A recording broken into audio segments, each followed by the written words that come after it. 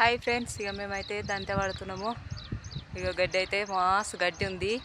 3 రోజులు కొట్టింది వాన. ఈరోజు అయితే లేదు, మరి ఇప్పుడు నిన్న పొద్దున్న దాకా ఉంది. మా దాంట్లో అయితే గడ్డి అయితే బాగుంది. ఇక కొడేరు చల్లినాము. పోగుంటలు కూడా చక్కగా ములవలేదు. 3 గంటలు అయితే వేసి పడుతున్నాము.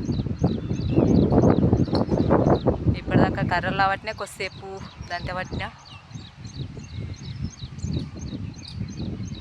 మెత్తగా ఉన్నా సరే అనేసి ఇక గడ్డి అయితే పోవాలని పడుతున్నాము.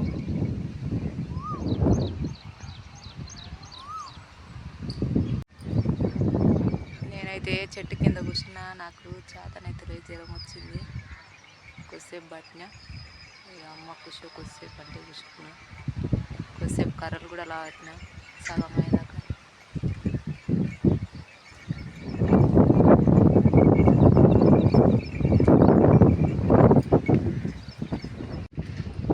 మీరైతే ఏం చేస్తారు? ఇక మేమైతే కొంచెం ఉంది ఇక్కడ.